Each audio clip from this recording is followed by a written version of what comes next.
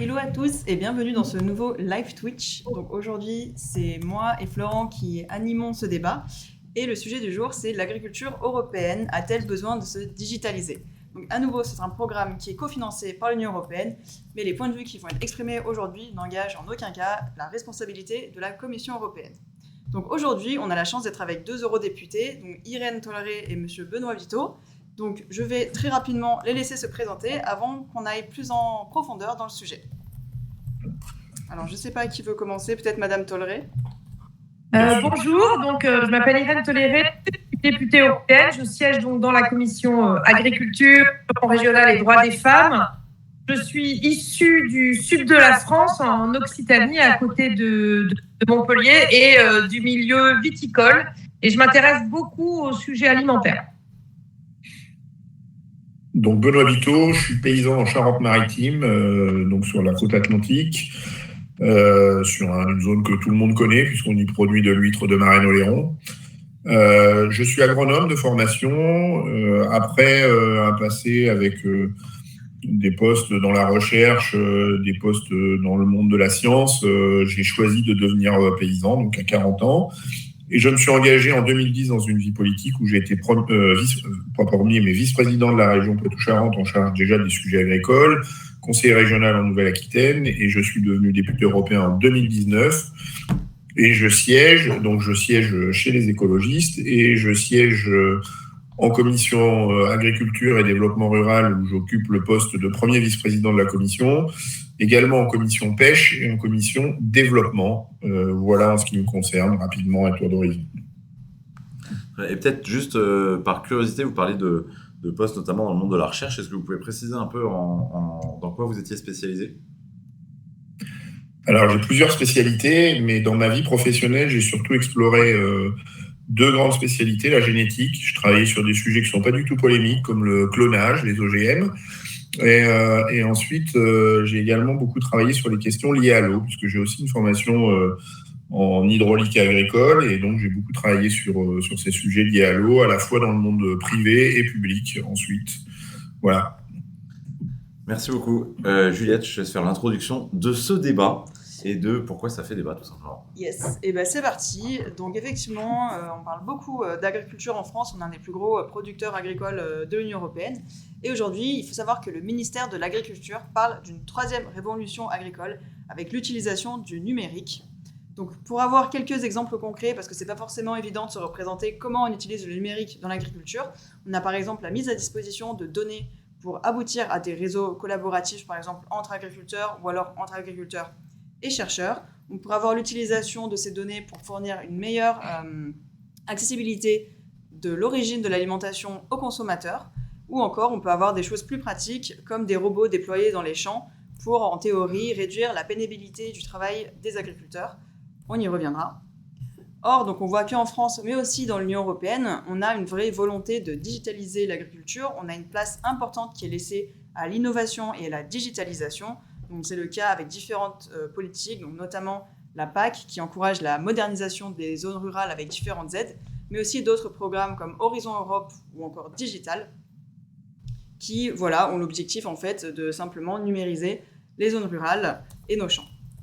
Or, on sait qu'aujourd'hui qu'en fait cette utilisation du numérique est contestée pour différentes raisons, parce qu'on se demande si en fait ça n'encourage pas un mode de production toujours plus simplement productiviste, et sans encourager l'agriculture bio, par exemple. Donc, il y a des inquiétudes sur l'utilisation simplement des outils numériques.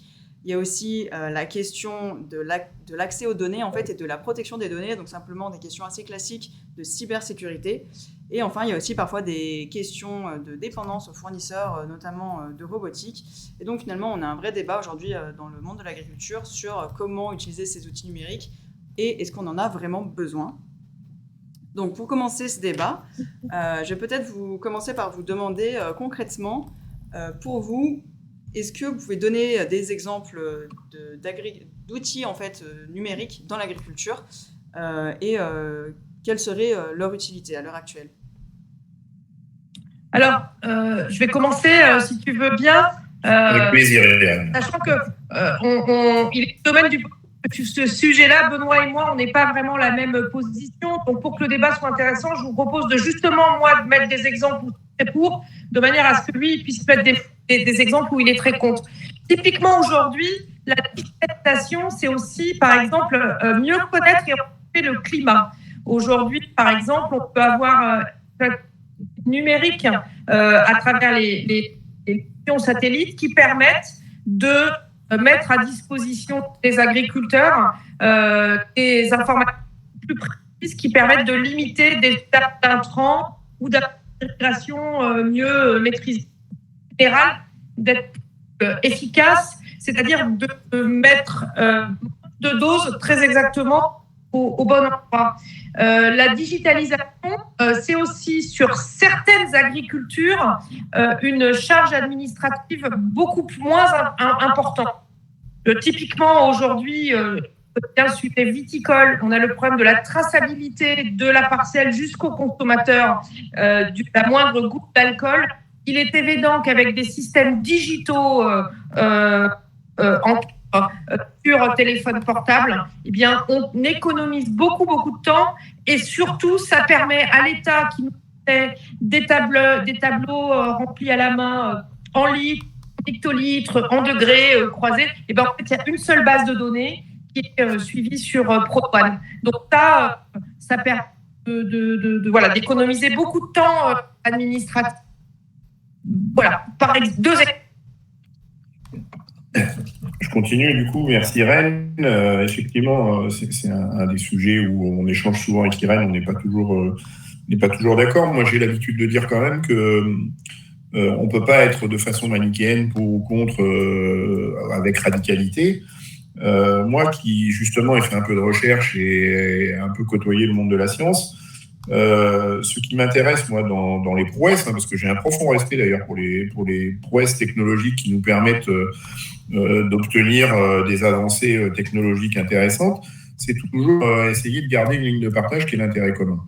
Et donc, dans ces avancées technologiques, dans ces solutions basées sur le numérique ou la robotique, il y a parfois des choses qui peuvent avoir un intérêt qui servent l'intérêt commun et parfois des choses qui s'inscrivent plutôt dans des logiques d'intérêt qui ne sont pas forcément à qualifier d'intérêt commun. La difficulté dans cette évaluation de est-ce que ça relève de l'intérêt commun ou pas, c'est où est-ce qu'on place le curseur. Des exemples, vous avez évoqué la notion de pénibilité. Ce serait déplacé de ma part d'imaginer que je cautionne une agriculture où on avance encore avec de la pénibilité du travail. D'ailleurs, l'histoire de l'agriculture ces 60 dernières années, même s'il y a des choses à redire, une des premières ambitions des avancées technologiques qu'on a observées ces 60 dernières années, c'est précisément l'effacement de la pénibilité. Et il est hors de question de revenir à des logiques où la pénibilité du travail en agriculture serait insupportable. Et donc, la robotique peut être un enjeu d'effacement de la pénibilité. Sur la digitalisation, il peut y avoir un intérêt en termes d'efficacité, par exemple. Moi, je vois, par exemple, des caméras embarquées sur des tracteurs avec des bineuses qui permettent de plus précisément biner des cultures. Et ça, c'est pas contestable que c'est très efficace, en particulier en agriculture biologique, où on n'utilise plus du tout d'engrais, de substances de synthèse, que ce soit des engrais ou des pesticides. Il y a un autre exemple de digitalisation qui est particulièrement efficace, c'est sur le triage du grain avec des cellules photographiques et numériques du coup qui permettent d'évacuer des grains indésirables dans des lots de grains d'une efficacité absolument redoutable. Donc c'est des choses qui sont effectivement intéressantes. Ce à quoi il faut être vigilant, et ça a été évoqué dans l'introduction, c'est la dépendance à certains distributeurs qui fait qu'on perd de l'autonomie, on perd de la liberté et de l'utilisation des données également, qui risquent de ne pas forcément être utilisées par des gens qui, justement, s'inscrivent dans l'intérêt commun. Donc, le point de vigilance, c'est celui-ci. Et si je me mets dans la peau du paysan que je suis, qui utilise du matériel qui est très sophistiqué, y compris sur ma ferme, Moi, ce que j'ai besoin comme garantie quand j'avance sur ces sujets-là, c'est de pouvoir être autonome sur l'entretien de ces mécaniques-là, et c'est pas toujours le cas. Et j'ai besoin également que les données que peuvent collecter ces données-là ne soient pas utilisées à d'autres fins qu'à servir l'intérêt commun. Donc voilà les lignes de réserve que je peux avoir. Et puis, faire attention, et ça c'est un point de vigilance qui est important et qui nous sépare avec INREN, c'est que attention à ce que ces avancées technologiques ne soient pas des fuites en avant pour prolonger le modèle agricole dont on mesure aujourd'hui un certain nombre de déviances, notamment sur la problématique du climat, de la biodiversité ou de la santé. Donc que ce ne soit pas une façon artificielle de prolonger le modèle, alors qu'en faisant des référence à des logiques agroécologiques qui n'ont pas forcément besoin de tous les outils numériques qu'on nous propose aujourd'hui, on peut justement être en rupture avec des pratiques qui ne sont pas justement des fuites en avant. Donc voilà les points de vigilance. Et puis, il y a l'aspect économique pour l'agriculteur, c'est-à-dire qu'aujourd'hui, on nous vend ces produits-là ou ces dispositifs-là pour limiter l'utilisation des pesticides, des engrais synthèses qui économiquement sont des postes importants pour l'agriculteur. Mais si la réduction de ces postes importants dans les coûts de production sont transférés sur des coûts liés à de la mécanisation et digitalisée ou liés à l'accès à des solutions numériques, en réalité, on ne vient pas au secours de l'économie de l'agriculteur lui-même. Alors, justement, peut-être... Oui, je vous en prie. Un tout pourrait intervenir parce que moi j'ai juste répondu à la question, j'ai pas parlé de mes points de vigilance et mes points de vigilance comme Benoît les n'a pas mentionné. J'interviens. Pour moi, il y a 2 points de vigilance très importants. C'est tout d'abord l'ensemble de cette digitalisation de l'agriculture a besoin d'avoir des réseaux 4G et Internet qui fonctionnent. Ce qui n'est pas forcément du tout le cas en France. On a encore des zones blanches, mais dans toute l'Europe aussi, on a des endroits où ça ne fonctionne pas du tout. Donc, il faut faire très attention à ce que l'ensemble de cette digitalisation soit accessible à tous les agriculteurs. Et donc, l'autre point de vigilance, c'est le gap générationnel. C'est-à-dire que de façon générale, dans l'agriculture, les anciens formaient les jeunes. Là, je crois que vraiment, ce sujet-là, c'est les jeunes qui peuvent aux anciens, parce que je peux vous citer un collègue vigneron, il me dit à chaque fois que j'appuie sur le bouton on de mon ordinateur, j'ai une dent qui tombe. Donc c'est important qu'on soit au du fait que ce que je trouve important dans les techniques de digitalisation, c'est d'avoir une amélioration de la connaissance pour avoir soit de l'anticipation de risques et de l'optimisation. En aucun cas, pour moi, ces techniques ne doivent servir à faire pire que ce qu'on a fait avant, au contraire. Peut-être juste une petite question, parce que je pense qu'on est beaucoup, et moi le premier, à pas forcément réaliser. Quand vous dites des points de dépense importants, alors vous avez parlé des pesticides, mais aussi notamment aujourd'hui des produits numériques, c'est quel ordre de grandeur? Par exemple, aujourd'hui, ce qu'on va, les intrants type pesticides ou même engrais, ça représente quoi en valeur absolue et en pourcentage pour une exploitation? Juste peut-être pas forcément très précis, parce que ça dépend aussi des types de cultures, etc., mais au moins quelques ordres de grandeur pour qu'on puisse réaliser un peu. Alors moi, je ne vais pas vous répondre sur ce point précis parce que c'est une question qui dépend des modèles d'agriculture. Je veux dire, on ne traite pas autant en fruits qu'en céréales et qu'en maraîchage. Et par exemple, le sujet des robots, c'est-à-dire l'automatisation avec quelque part un robot qui pourrait être fonctionner à l'électricité par rapport à un tracteur traditionnel, on est comme qui rigole et sans aucune difficulté avec quelque chose qui coûte 10 fois plus cher. Donc pour arriver à optimiser un investissement qui coûte 10 fois plus cher, ça veut dire que la façon dont l'investissement doit être utilisé doit être plus avec une mise en commun. La digitalisation, compte tenu des coûts d'investissement, peut amener à avoir une réflexion sur le partage du matériel spécialisé, notamment dans le cadre de la robotique. Juste pour essayer de répondre à la question, j'ai évoqué le binage avec une caméra embarquée, ça double le prix de l'équipement. C'est-à-dire qu'il y a la bineuse et après il y a l'interface hydraulique avec la caméra embarquée, donc c'est à peu près le double. Et c'est quoi l'ordre de grandeur? Est-ce que c'est quelque chose qui coûte 300 euros, 1000 euros? Une bineuse en moyenne, hein, une bineuse, c'est autour de 30 000 euros. Et l'interface hydraulique, c'est à peu près 30 000 euros à nouveau. Oui, c'est ça. Donc, d'accord, voilà, ça donne une idée de l'investissement. J'ai pris l'exemple du triage aussi avec des cellules optiques. En gros, c'est à peu près le double. Un trieur avec une cellule optique.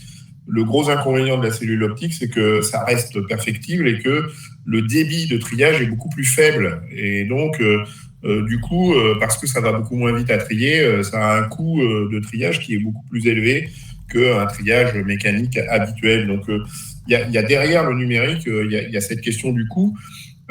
Irène a raison quand elle dit qu'on peut mutualiser. L'exemple de la bineuse, c'est quelque chose qui est assez facile à imaginer parce que, en l'occurrence, avec une interface hydraulique et une caméra, on a un débit de chantier plus important, donc c'est plus facile d'élargir les surfaces concernées et donc de mutualiser. Sur le triage, c'est plus compliqué parce que, comme je le disais, on a un débit de triage qui est beaucoup plus faible. Et donc, si en plus on augmente le volume parce qu'on a mutualisé, ça commence à poser un vrai problème, quoi. Et pourtant, c'est quelque chose de très intéressant. Question d'Internet, j'en profite tant qu'on est sur la question des coûts. On a entendu beaucoup de chiffres et notamment des chiffres assez bas. Delateur 51 demandait ça gagne combien un agriculteur en France à peu près. On entendait beaucoup ce chiffre qui avait circulé, je crois, au moment de la campagne présidentielle, que une partie, je ne me rappelle plus laquelle, j'aurais peur mais gagner moins de 500 euros par mois. Un tiers, d'accord. C'est un tiers qui gagne moins de 350 euros par mois. Oui, mais le problème, c'est que là encore, il n'y a pas une agriculture, il y a des agricultures. Par exemple, je crois que le salaire moyen de la viticulture, c'est 3 000 euros par mois. Donc, en fait, en fonction des agricultures et du fait que leurs circuits, ils se sont organisés ou pas pour commercialiser un produit fini et transformé, on a un partage de la valeur qui est complètement différent. Typiquement, la filière lait, c'est la catastrophe. En revanche, la filière fromage qui vend sous signe de qualité, ça marche très bien. Donc, il n'y a pas, de manière globale, on peut considérer qu'on a effectivement un gros souci de rémunération sur la partie élevage et sur toutes les productions agricoles qui sont, entre guillemets, sur des marchés mondiaux et où on peut avoir à un moment donné le prix de vente qui se déconnecte du prix de production. Quand on est sur des agricultures qui arrivent d'un côté à vendre en direct, parce que quand on vend en direct, on rapatrie toutes les marges, ou qui se sont organisées pour limiter les entrées concurrentielles, alors on a des niveaux de rémunération qui sont très différents. C'est pour ça que très souvent, ça m'énerve quand on parle de l'agriculture, il y a des agricultures.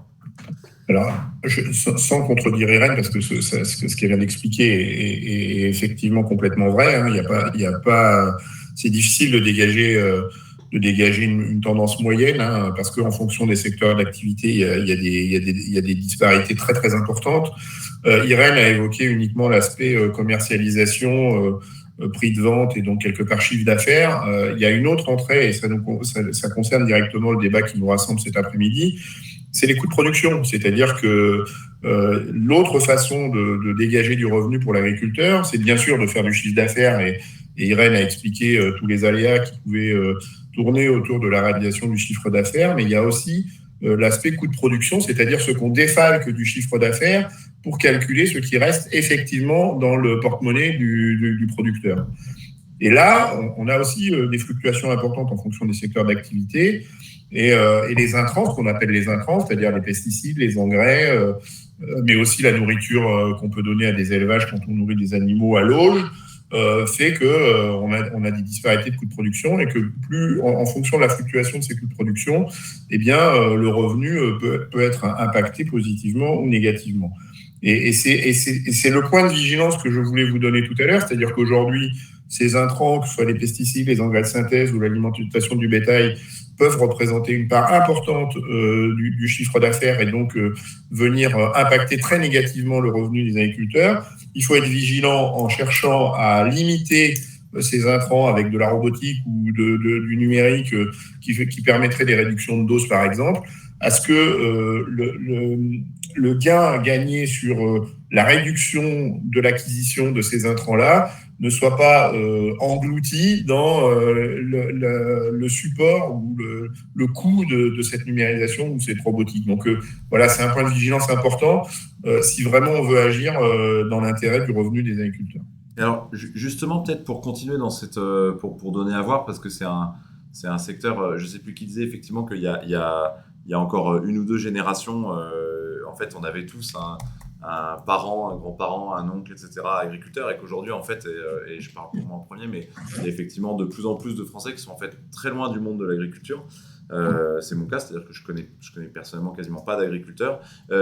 Justement, tous ces outils numériques ou robotiques, alors peut-être on rentre dans le concret, c'est quoi? Alors, vous avez cité tout à l'heure deux, trois exemples, mais concrètement, c'est quoi ces outils?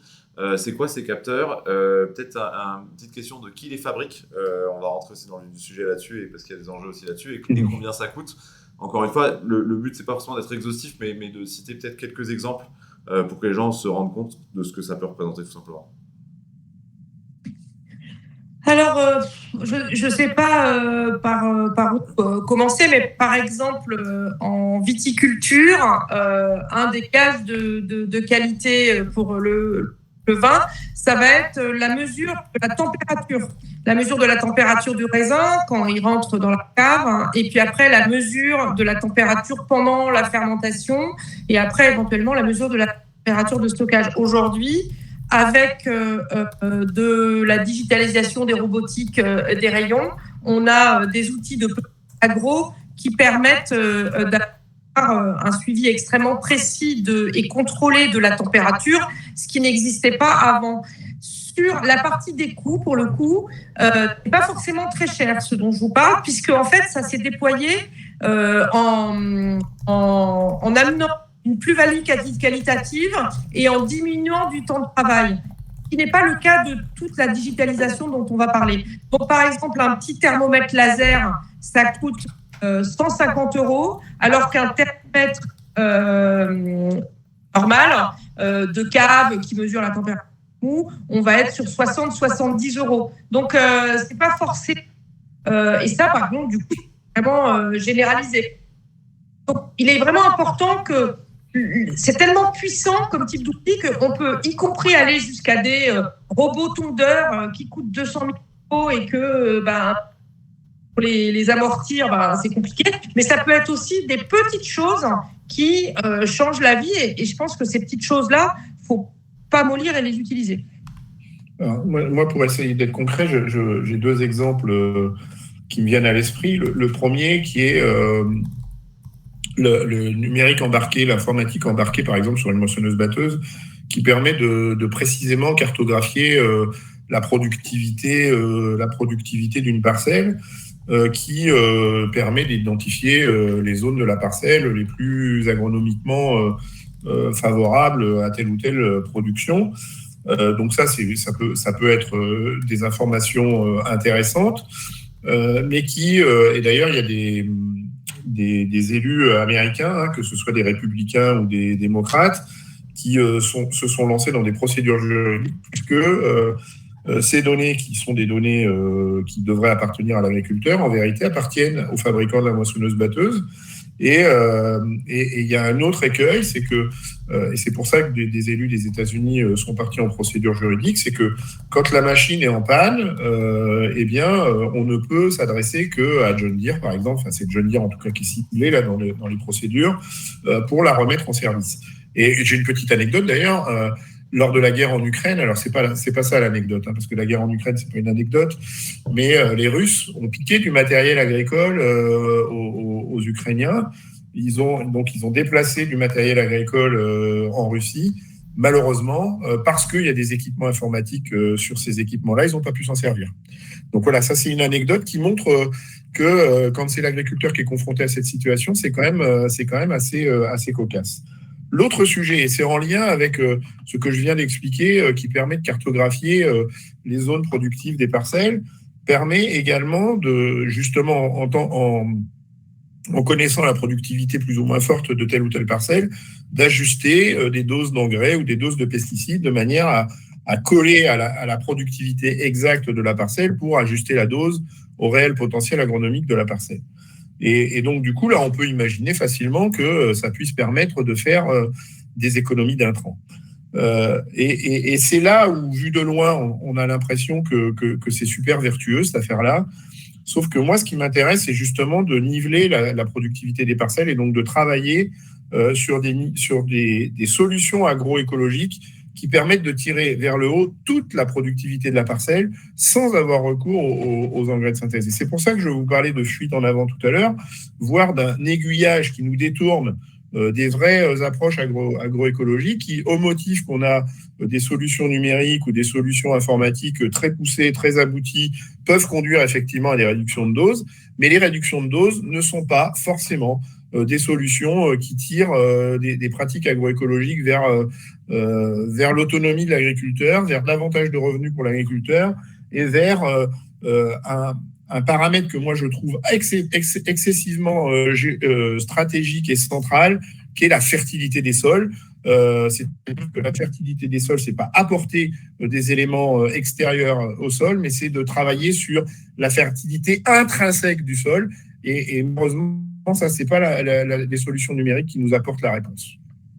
Alors, je voudrais réintervenir là parce que par rapport à ce qu'il vient de dire, les cartes satellitaires, elles permettent aussi d'identifier avec une grande précision pour, par exemple, des filières à fruits, l'endroit où la maladie va commencer. On est à ce niveau-là de précision, ce qui veut dire que, en fait, indépendamment de l'ajustement sur les maladies des plantes à fruits, on peut avoir des débuts d'attaque.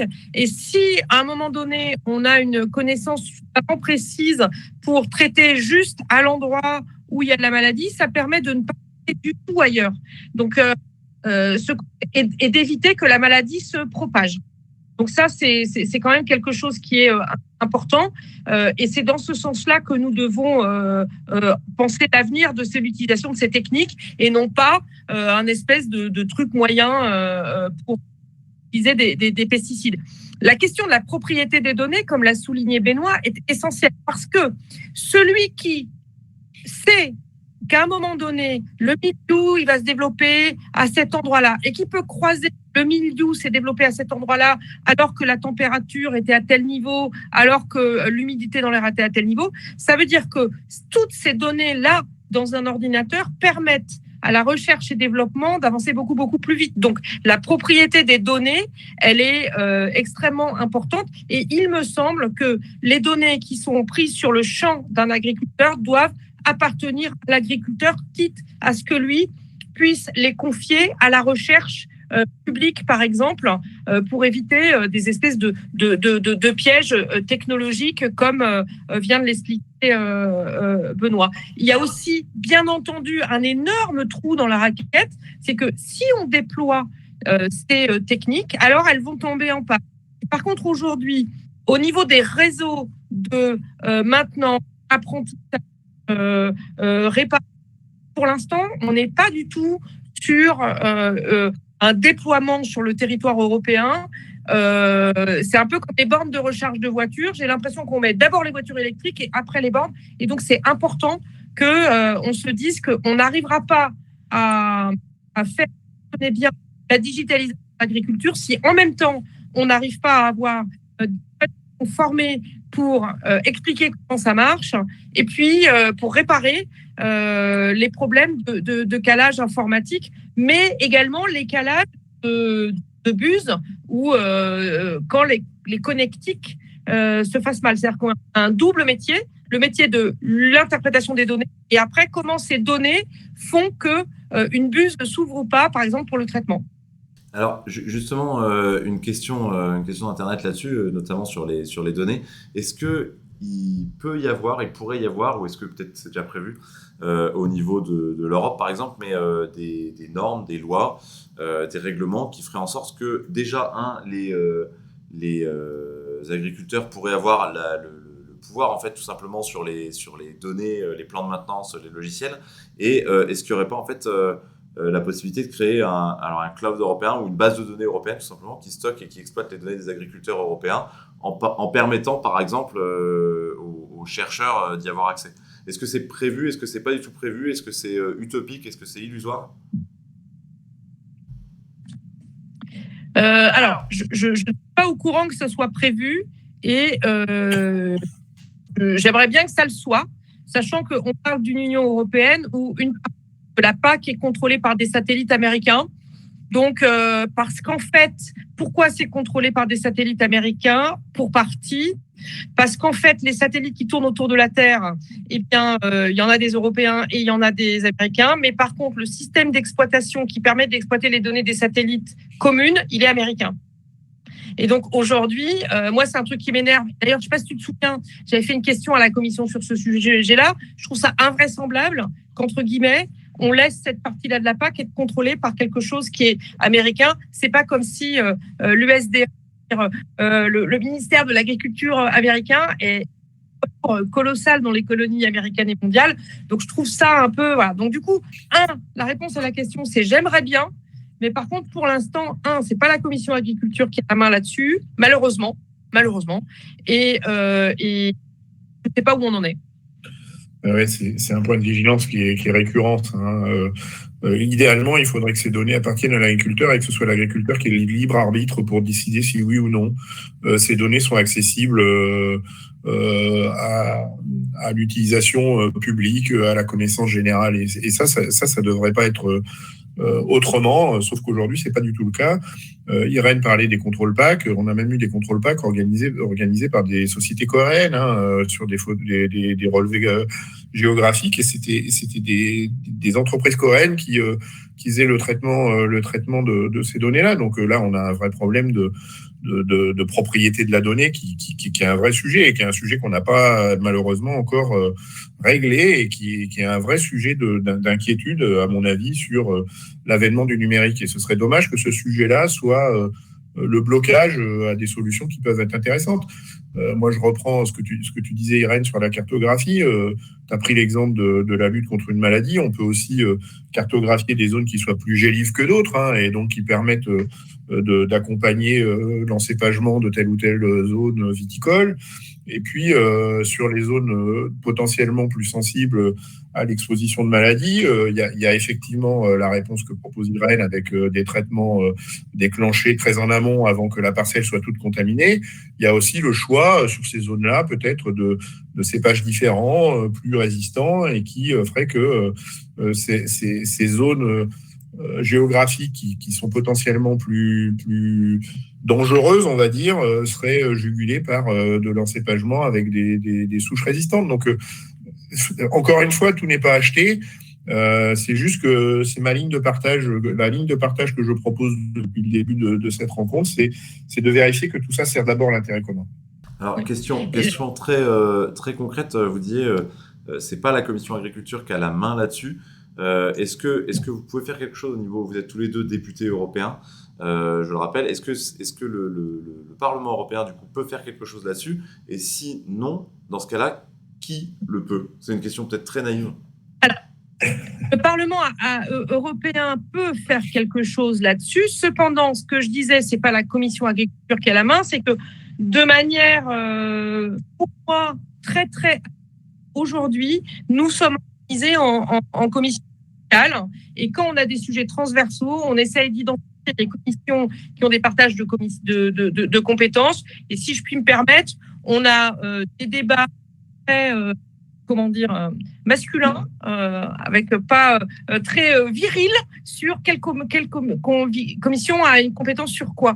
Et typiquement, sur ce sujet-là, n'arrive pas à reprendre la main au niveau de la commission agriculture, alors que quand même, à la base, c'est bien des agriculteurs qui vont utiliser ces données et profiter ou pas de cette digitalisation.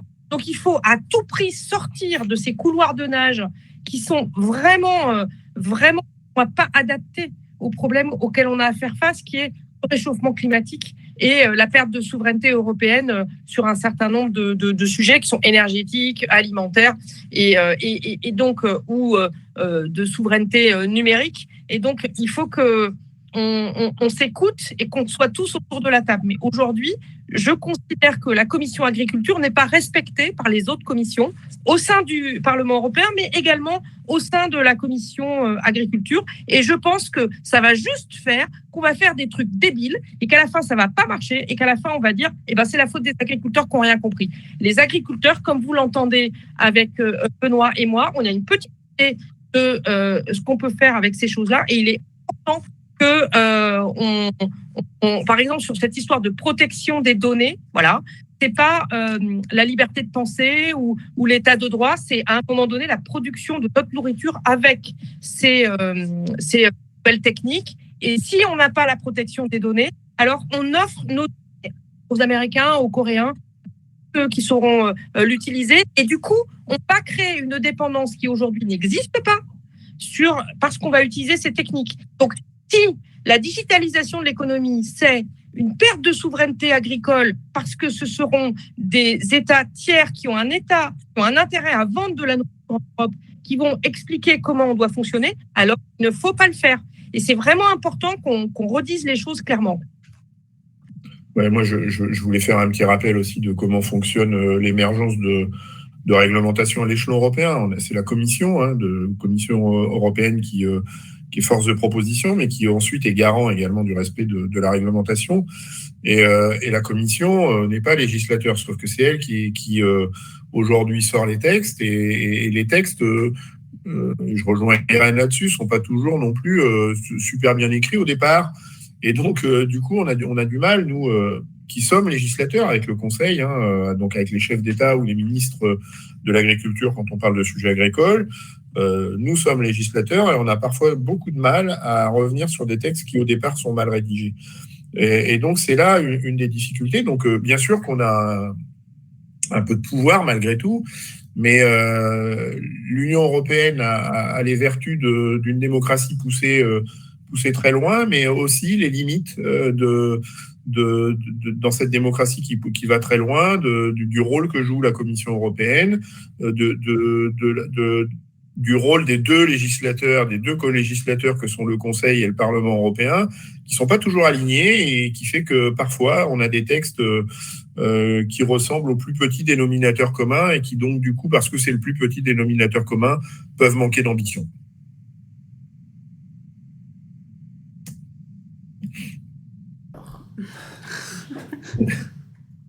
Effectivement, il y a beaucoup de choses qui ont été évoquées. Donc là, on passe un peu plus sur le pouvoir législatif du Parlement, qui effectivement peut être malheureusement limité dans le cas où effectivement on a plusieurs sujets transverses qui sont assez complexes. Pour revenir plus effectivement sur la digitalisation, en France aujourd'hui, du coup, est-ce qu'en fait en France et en Europe, est-ce que vous pensez qu'on a un vrai enjeu économique qui peut être créateur d'emplois par exemple? Je pense notamment en France, on est très très actif à ce sujet avec par exemple la French Agritech ou encore la ferme digitale. Au-delà des avantages que ça peut apporter aux agriculteurs, est-ce qu'en fait il y a des nouveaux enjeux économiques qui seraient vraiment très importants et est-ce que ça peut créer des emplois ou est-ce qu'à ce niveau-là on ferait plutôt fausse route? Moi en tout cas le travail que je fais au Parlement européen c'est de façon à ce qu'on favorise l'émergence d'un hub européen quitte à ce que sur certains sujets, ce soit les Français qui aient trouvé des trucs, les Allemands, mais que on favorise, entre guillemets, la souveraineté européenne sur ces enjeux-là. Et ça sera créateur d'emplois. Ça ne va pas peut-être révolutionner le monde. Il me semble que l'agriculture elle a un prix. Donc, il est important que le prix de l'alimentation ne soit pas multiplié par 10. Donc peut-être que aussi on pourrait travailler avec ces sur la lutte contre le gaspillage alimentaire en travaillant à partir du moment où on a des données qui permettent de suivre avec précision beaucoup de produits. Alors c'est peut-être des choses qui peuvent nous aider à faire des économies sur le gâchis alimentaire. Donc oui, il faut favoriser un hub européen. Oui, ça peut créer des emplois, mais pour ça, il faut qu'on accompagne par des politiques publiques bien foutues. Donc, je reprends ce que disait Benoît. On a des textes qui ne sont pas bien rédigés. Et pour qu'on arrive à ces résultats. Mais ça ne sera pas tout cuit tout seul du ciel. Moi, j'ai des points de vigilance sur cette question. Effectivement, ça peut créer de l'emploi, mais il faut vérifier dans quel secteur d'activité ça en crée et vérifier la balance que ça crée. En agriculture, il s'avère qu'on a un vrai sujet démographique, un vrai sujet de renouvellement des générations d'agriculteurs. Et il ne faudrait pas que cette aventure numérique soit une aventure supplémentaire qui participe à l'atténuation de la démographie agricole. Donc, que ça dissuade parce que c'est trop cher, parce que c'est la volonté aussi parfois de dire parce qu'on a du numérique, on peut conduire des structures beaucoup plus vastes que des petites structures familiales qui sont peut-être moins technologiquement, je vais y arriver, abouties. Et donc, du coup, il faut s'assurer de ce point de vigilance. C'est-à-dire que moi, quand on parle d'emploi, j'aime bien Irène disait tout à l'heure, il ne faut pas qu'on soit chacun dans notre couloir de nage, il faut qu'on soit dans une approche globale. Et au sujet de l'agriculture, l'approche globale, c'est bien sûr le nombre d'agriculteurs sur lesquels on s'appuie pour produire notre nourriture, mais aussi ce qui gravite autour. Et il ne faudrait pas que ce qui gravite autour prennent le pas, soit dominant sur la population, la démographie agricole. Donc ça, c'est un point de vigilance.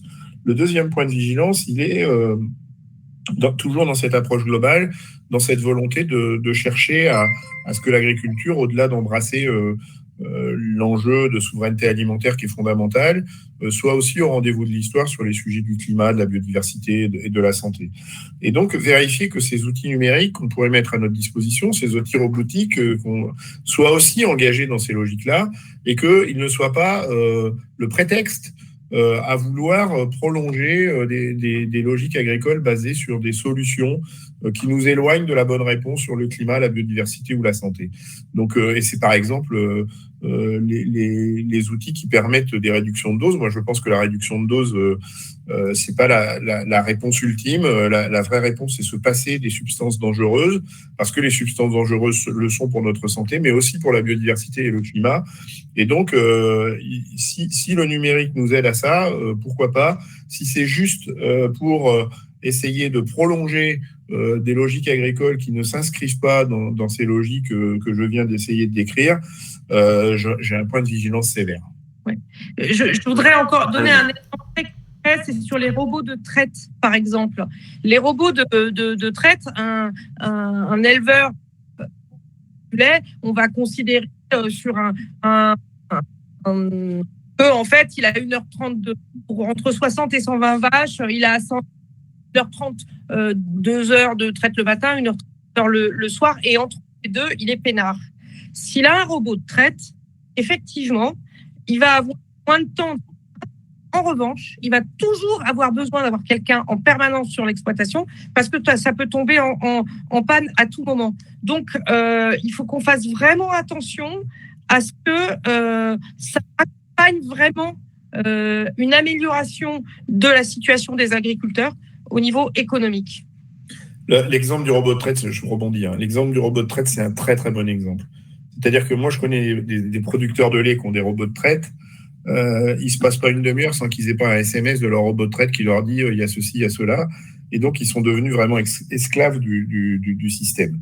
Il y a un autre sujet au sujet du robot de traite, c'est le coût de la maintenance. C'est-à-dire que le coût de la maintenance du robot de traite est très cher et les éleveurs laitiers disent qu'aujourd'hui, ce coût, il est presque prohibitif. Il y a l'investissement de départ, mais il y a la maintenance suite à l'investissement. Et quand les 6 ou 7 premières années, ils cumulent les deux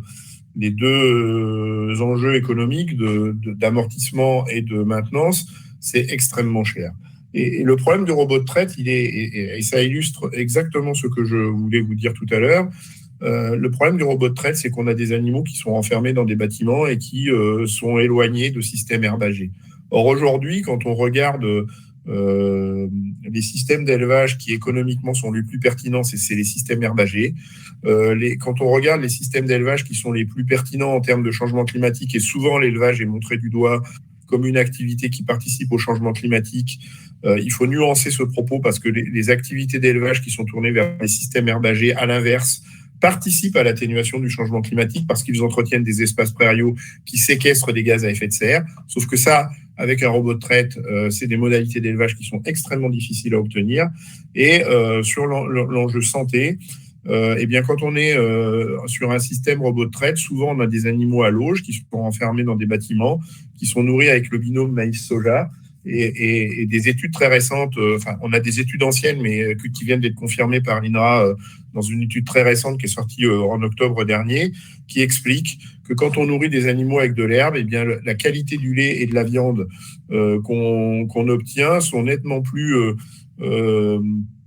protecteurs de la santé que du lait et de la viande qui sort d'animaux qui ont mangé du maïs et du soja, qui sont incontournables quand on est dans un choix basé sur le robot de traite. Alors justement, j'en profite et pour poser plusieurs questions d'Internet. Il y avait cette question, est-ce que vous pensez que... Enfin, finalement, est-ce que vous pensez effectivement que le risque derrière cette numérisation de l'agriculture, c'est un peu ce que vous avez commencé à dire, Benoît, une déconnexion finalement de l'agriculteur à la terre, alors à la terre ou aux animaux d'ailleurs, mais effectivement c'est pas une déconnexion des agriculteurs à la terre. Et est-ce qu'il n'y a pas un risque que les agriculteurs deviennent finalement des industriels comme les autres, qu'on aille en tout cas vers une production de nourriture qui est de plus en plus industrielle? Et il y avait deux autres questions qui étaient dans le chat, les questions de résilience, notamment aux crises, au manque de matières premières, aux pénuries, ce genre de choses, et cette autre question qui disait, est-ce que finalement l'agriculture biologique est une innovation, je suppose finalement, ou est-ce que c'est finalement un retour à la terre ou à des méthodes plus traditionnelles? Peut-être votre avis un peu là-dessus, presque au niveau philosophie de l'agriculture et effectivement la direction à faire prendre à l'agriculture. Alors, je vais peut-être répondre assez brièvement. La digitalisation de l'agriculture, c'est un moyen, c'est pas un objectif. Donc, les moyens, et d'ailleurs, de manière plus large, la digitalisation dont on parle aujourd'hui, demain, ça sera une autre innovation, que quelque chose aura été inventé qu'on ne connaît pas encore aujourd'hui. Et encore une fois, ce sont des moyens, il faut qu'ils répondent à un projet de société. Il est évident qu'aujourd'hui, l'Union européenne, elle s'est engagée dans le pacte vert et la stratégie de la ferme à la fourchette. Donc, le fait, maintenant, avec un rajout qui est souveraineté alimentaire, qu'on veut améliorer la qualité de notre alimentation, y compris son impact sur la santé totale, y compris environnementale.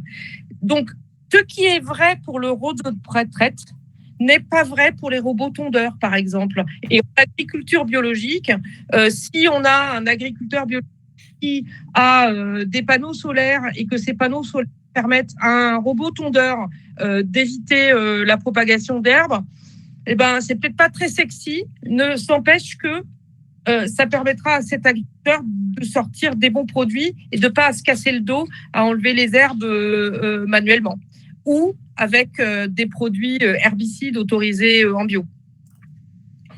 Alors déjà, moi, je trouve que là, cette question, faut remercier l'internaute de l'avoir posée, elle touche les fondamentaux et je pense qu'on est au cœur du débat. Moi, je n'oppose pas agriculture biologique et autres formes d'agriculture. Ce qui m'intéresse, c'est l'agroécologie. C'est la science qui permet de coopérer avec la vie. Et du coup, l'agriculture biologique devient une conséquence. C'est-à-dire, alors, j'aurais pas dû dire j'oppose. J'aurais dû dire ce qui m'intéresse, moi, dans le débat, c'est pas d'être l'ambassadeur de l'agriculture biologique, c'est d'être l'ambassadeur de l'agroécologie qui fait que l'agriculture biologique devient une conséquence. C'est-à-dire que quand on fait bien de l'agroécologie, on peut faire venir le certificateur à l'agriculture biologique et on va être certifié à l'agriculture biologique. Et donc, ce qu'on doit rechercher quand on fait le métier d'agriculteur, c'est justement ces pratiques agroécologiques qui nous permettent d'arriver au bout du bout en conséquence, et c'est bien une conséquence, à la certification de l'agriculture biologique. Si j'insiste, c'est que faire le choix de l'agriculture biologique en se contentant de regarder le cahier des charges de l'agriculture biologique qui supprime les pesticides, qui supprime les engrais de synthèse, c'est voué à l'échec. C'est-à-dire que si on ne crée pas les alternatives agronomiques justement à l'utilisation des pesticides et des engrais de synthèse, eh bien on alimente les statistiques désastreuses de ceux qui échouent en bio. On alimente les statistiques désastreuses de ceux qui disent que en agriculture biologique, on a des chutes de rendement. Et donc, c'est pour ça que moi, je trouve que le sujet central, le sujet fondamental, c'est l'agroécologie. Et si, à la marge, l'utilisation du numérique ou de la robotique peut permettre de rajouter des compétences agroécologiques qui vont conduire à la certification AB, moi, je ne suis pas fâché. Moi, les agriculteurs qui viennent sur ma ferme, qui souvent pensent que les agriculteurs bio sont des barbus chevelus qui prennent une douche froide une fois par semaine avec une bougie et qui sont revenus à la bêche et à la traction animale, le premier truc qui les interpelle quand ils arrivent chez moi, c'est le niveau de technicité du matériel que j'utilise pour faire de l'agroécologie. Alors effectivement, ça a un coût, mais que je mesure, c'est-à-dire que je mesure l'efficacité de l'investissement que j'ai pu faire, mais c'est l'agroécologie le centre du sujet, et j'insiste, l'agriculture biologique doit être une conséquence de pratiques agroécologiques abouties avec des logiques agronomiques bien construites. Et du coup, ça répond à la deuxième question, c'est-à-dire que quand on se pose la question de l'agroécologie, on est obligé d'être dans un métier où on se reconnecte à la terre, pour ceux qui en seraient déconnectés, et qui font que justement, on utilise, Irène l'a bien dit, ces outils comme des outils et non pas comme un objectif en soi. Et du coup, ça évite l'écueil qui consiste à se déconnecter de la terre, à se déconnecter de la relation avec les animaux. Il faut juste que ça améliore la pénibilité du travail, voire l'efface un peu, et que ça permette d'aboutir davantage sur des logiques agroécologiques ou de bien-être animal, et non pas l'inverse. Et c'est ça la subtilité du débat qu'on est en train d'avoir. Justement, il y avait une question sur l'agroécologie, et ça fait écho un peu au thème plus large de cette série de débats. Est-ce que l'agroécologie n'a pas été un peu oubliée dans la politique agricole commune, enfin la nouvelle version, le nouveau volet de la politique agricole commune qui vient de démarrer? Question d'Internet. Qu'est-ce que vous en pensez peut-être? Parce que c'est... Alors, la politique agricole commune, elle date de 1962, donc elle a 60 ans. Alors, évidemment, on peut toujours faire mieux, mais ce qu'on a voté, c'est mieux que ce qu'on avait avant. Donc voilà. Donc moi, je dis que la PAC, il fallait la voter pour une chose, c'est au moins on a le droit à l'erreur. Et Dieu sait qu'il y a des agriculteurs qui ont souffert du fait que le droit à l'erreur n'existait pas. Donc oui, évidemment, au niveau environnemental, on aurait sans doute pu aller plus loin, mais on va déjà beaucoup plus loin que la précédente PAC et on a le droit à l'erreur. Mais Benoît, lui, là, par contre, il va pas être d'accord du tout. Non, je ne vais pas être d'accord avec Irène, excepté sur le droit à l'erreur, qui est un combat que je mène depuis longtemps à l'échelon national. Et c'est bien que ce soit inscrit à l'échelon européen, parce qu'effectivement, on peut avoir droit à l'erreur quand on rédige un dossier PAC. Pour en rédiger un tous les ans, je peux vous assurer que c'est d'une complexité rare, et ça m'est arrivé de perdre des grosses enveloppes parce que j'avais juste pas caché une case. Juste parce que j'ai pas coché une case, j'ai perdu une année 11 000 euros. Ça vous donne une idée du poids que ça peut représenter. Moi, sur la PAC, effectivement, je ne suis pas d'accord avec Irène, tout simplement parce que on ne doit pas rester dans des logiques cloisonnées, on ne doit pas rester dans des approches agricolo-agricoles. On doit faire de l'agriculture un vrai débat de société, parce que l'agriculture, c'est notre nourriture, mais c'est aussi un secteur éminemment stratégique sur les enjeux du climat, de la biodiversité et de la santé. Donc, je l'ai déjà dit, mais je le redis quand je parle de la PAC. Et on parle d'une enveloppe publique. Et donc, on parle de comment est-ce qu'on utilise les subsides des contribuables pour accompagner ce secteur d'activité qui embrasse tous ces enjeux-là qui sont effectivement très importants. Et donc, moi, la PAC, ça ne doit pas être une politique punitive où on dit on interdit ça ou ça. Ça doit être une politique incitative où on encourage des alternatives. Et donc, moi, ce que je dis souvent, c'est que la PAC n'a pas vocation à dire aux agriculteurs on va interdire les pesticides, on va interdire les engrais de synthèse, on va interdire de nourrir des animaux avec du maïs et du soja. C'est pas ça le sujet de la PAC. Le sujet de la PAC, c'est d'être au rendez-vous de l'histoire sur les grands enjeux que je viens de dire là, et de dire aux agriculteurs, vous voulez continuer d'utiliser des pesticides, vous voulez continuer d'utiliser des engrais de synthèse, vous voulez élever des animaux dans des conditions qui sont décalées avec les enjeux contemporains, c'est votre choix d'entreprise, mais nous, législateurs, nous, garants de l'intérêt commun, nous, garants de politiques publiques qui servent l'intérêt commun, il n'y a plus de budget pour faire ça, et donc ça nous permet de sortir de ce que j'appelle la triple peine, c'est-à-dire où on utilise la PAC pour perfuser une agriculture qui utilise encore beaucoup trop de pesticides et d'engrais de synthèse. Et je rappelle que 80% de l'enveloppe PAC est captée par 20% des agriculteurs. et c'est dans ces 20% qu'on trouve les plus gros utilisateurs de pesticides et d'engrais de synthèse. Donc ça, on perfuse ce modèle agricole qui, probablement, sans les aides publiques, n'arriverait pas à prolonger son activité. Du coup, on a besoin de beaucoup d'argent public, c'est le deuxième volet de la triple peine, beaucoup d'argent public pour réparer les dégâts de cette agriculture qui utilise des pesticides et des engrais de synthèse. Et ça coûte très très cher. Et tant qu'on utilisera des engrais de synthèse et des pesticides, on aura besoin de ces politiques curatives importantes. Donc, c'est un puits sans fond.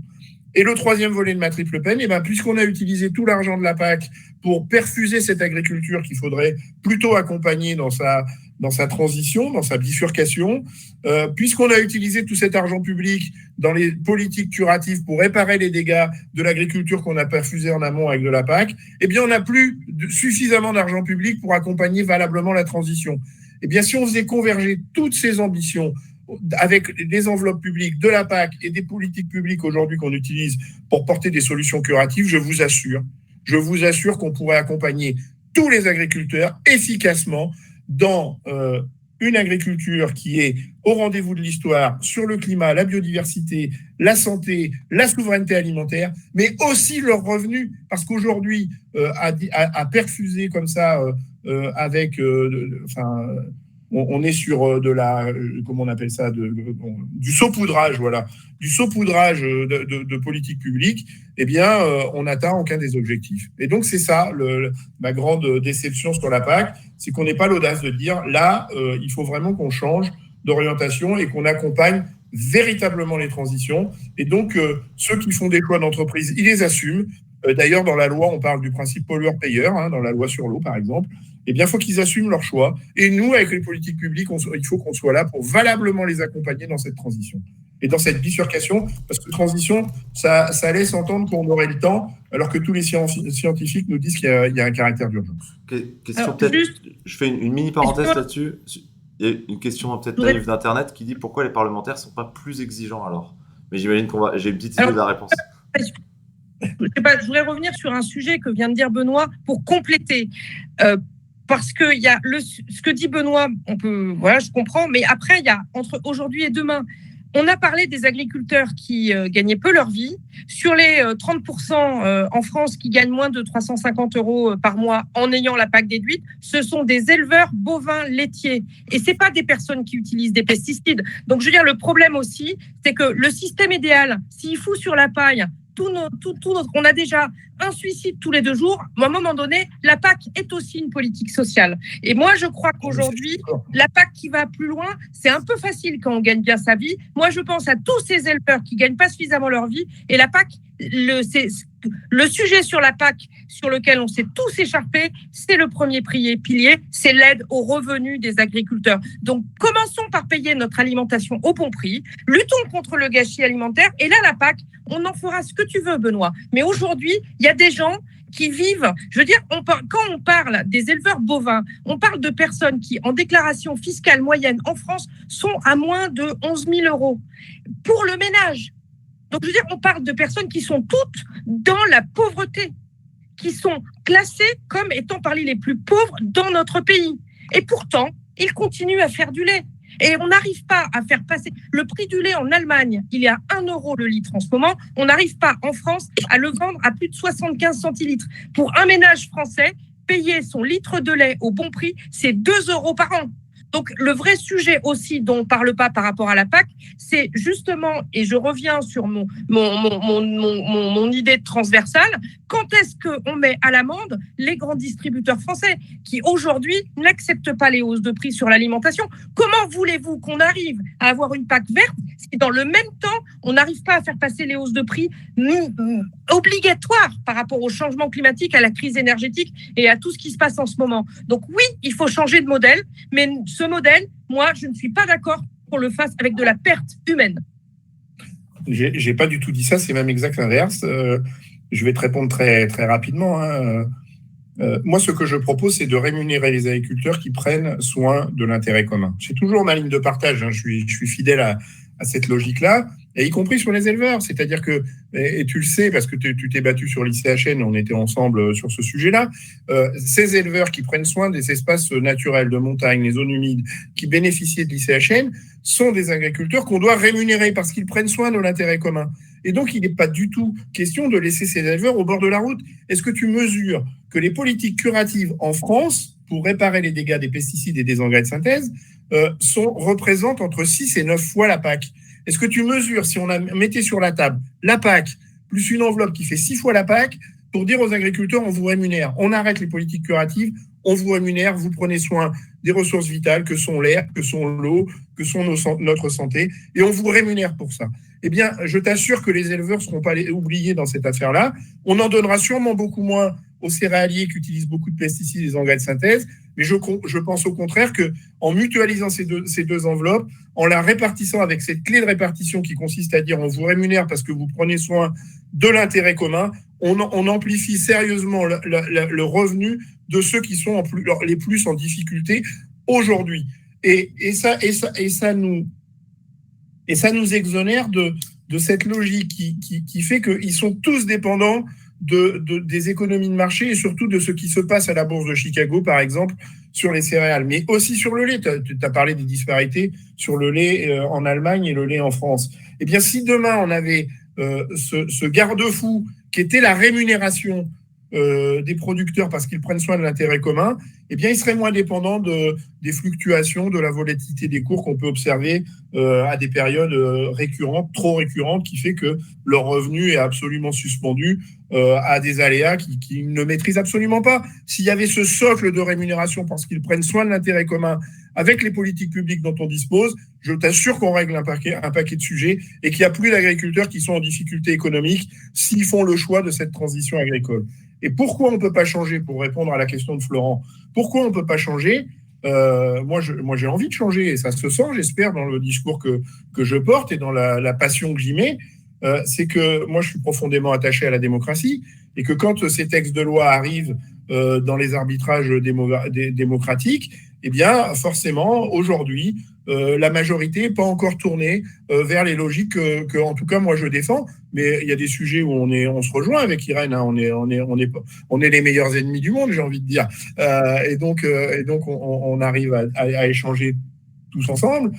J'essaie de la convaincre, elle essaie de me convaincre. Mais c'est le jeu de la démocratie. C'est-à-dire que quand la démocratie s'exprime, aujourd'hui, on a une majorité qui est très conservatrice et qui n'est pas prête à faire le pas de géant que moi, j'aimerais qu'on fasse sur les sujets de l'agriculture. Et si j'attends ce pas de géant, c'est parce que je pense qu'il y a urgence, et c'est pour ça que le pas devient de plus en plus important, parce que le fossé est de plus en plus large. Peut-être on approche, c'est un très beau, je ne sais pas si ce sera le mot de la fin, mais en tout cas c'est une très belle phrase de conclusion, et effectivement on l'aura compris, on aura compris votre positionnement. Peut-être chacun, pour revenir un peu sur le sujet du débat, peut-être chacun en 30 secondes à peu près, l'ordre de grandeur, un peu le mot de la fin sur cette question qui est le numérique dans l'agriculture, et aussi pour résumer, pour ceux qui seraient arrivés en cours de route, est-ce que vous pouvez nous résumer votre position en 30 secondes? Alors, sur la digitalisation de l'agriculture, le fait d'avoir des informations plus précises et plus en avance sur le climat et, par exemple, comment un sol ou une parcelle est en état de sécheresse ou la pression sur une maladie est une porte assez intéressante pour que les agriculteurs puissent avoir des actions beaucoup plus précises et avec moins d'intrants. Et donc, ça va dans la bonne direction. Cependant, la digitalisation de l'agriculture, qui peut aller jusqu'aux robots tondeurs pour éviter les pesticides, les robots de traite, il faut faire extrêmement attention à ce que on ne confonde pas la digitalisation de l'agriculture avec un nouveau modèle d'agriculture. L'agriculture, elle est là pour produire de la nourriture. Il est important que les agriculteurs aient un rapport à la terre et à leur environnement, mais s'il y a des outils modernes qui leur permettent d'avoir leur vie, moins de pénibilité, alors ceux-là, il faut les développer avec des énormes points de vigilance qui sont la propriété des données issues Il faut que ce soit les agriculteurs qui en soient propriétaires pour éviter que des groupes multinationaux étrangères s'approprient ces données qui permettent derrière de faire avancer la technologie, la recherche. Ces données sont essentielles. Il faut qu'elles restent chez l'agriculteur et qu'on trouve le moyen de les mettre à disposition de la publique. On a également le sujet des réseaux d'apprentissage et en même temps des réseaux de réparation de tous ces outils pour lesquels aujourd'hui on n'est pas du tout au rendez-vous. Or, si on déploie une agriculture plus digitale, il faut à tout prix, compte tenu des investissements qui coûtent beaucoup plus cher, que si ça tombe en panne, il y ait un réseau précis pour accompagner l'agriculteur face à cette panne, parce que sinon, finalement, quelque chose ne tombe pas en panne, et peut-être que c'est une très bonne solution pour l'agriculteur. Donc, c'est un moyen, attention, ce n'est pas un objectif. Ouais, je vais essayer de dire un mot de conclusion, effectivement. L'agriculture est un secteur qui devient, et qui a toujours été, mais qui devient peut-être encore plus encore aujourd'hui, un secteur éminemment stratégique sur les enjeux de souveraineté alimentaire, c'est évident, mais également de climat, de biodiversité, de santé. Et donc, on doit s'attacher à ce que cette agriculture soit au rendez-vous de l'histoire sur ces grands enjeux et donc puisse permettre de faire sa bifurcation pour que l'ensemble de ces enjeux soient satisfaits dans les pratiques agricoles. Le numérique peut être une réponse, mais il faudra effectivement, Irène les a donnés, vérifier un certain nombre de points de vigilance. Je ne vais pas les redire, je suis d'accord avec elle sur les points de vigilance qu'on doit avoir. Et donc, moi, l'objectif, je crois, de cette aventure numérique, de cette aventure robotique, c'est de servir des logiques qui vont vers davantage l'agroécologie, qui nous éloignent des pesticides, des engrais de synthèse, et qui permettent la bifurcation des pratiques agricoles, qui soit également au service du revenu digne des paysans. Et donc, à ces conditions-là, et seulement à ces conditions-là, on peut explorer cette hypothèse-là, mais il faut qu'elle soit au service de cette bifurcation et de l'agroécologie.